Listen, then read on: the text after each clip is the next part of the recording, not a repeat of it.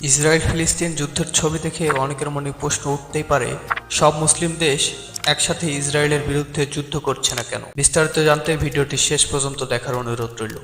তাহলে চলুন দেরি না করে মূল ভিডিওতে যাওয়া যাক।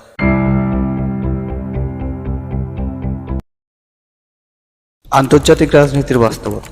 যে কোনো দেশের জন্য যুদ্ধ ঘোষণা একটি চরম পদক্ষেপ।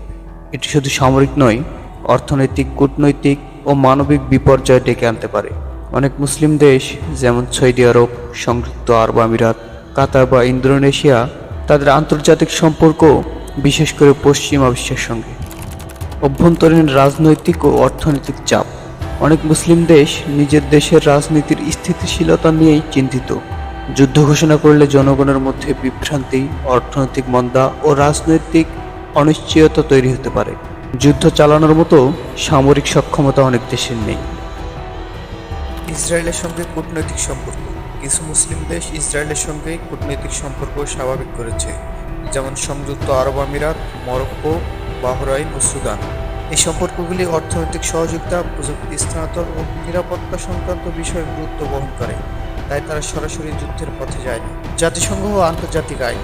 যুদ্ধের আগে কোনো রাষ্ট্রকে আন্তর্জাতিক আইনের আওতায় বিচার করতে হয়। জাতিসংঘের অনুমতি বা আন্তর্জাতিক সমর্থন ছাড়া যুদ্ধ ঘোষণা করলে তা আন্তর্জাতিকভাবে নিন্দিত হতে পারে। বিকল্প পন্থা বা সমর্থন। যুদ্ধ ছাড়াও অনেক মুসলিম দেশ ফিলিস্তিনের জন্য মানবিক সহায়তা, কূটনৈতিক চাপ, বয়কট আন্দোলন ও জাতিসংঘ প্রস্তাবের মাধ্যমে ইসরায়েলের নীতি ও কর্মকাণ্ডের বিরুদ্ধে অবস্থান নিয়েছে।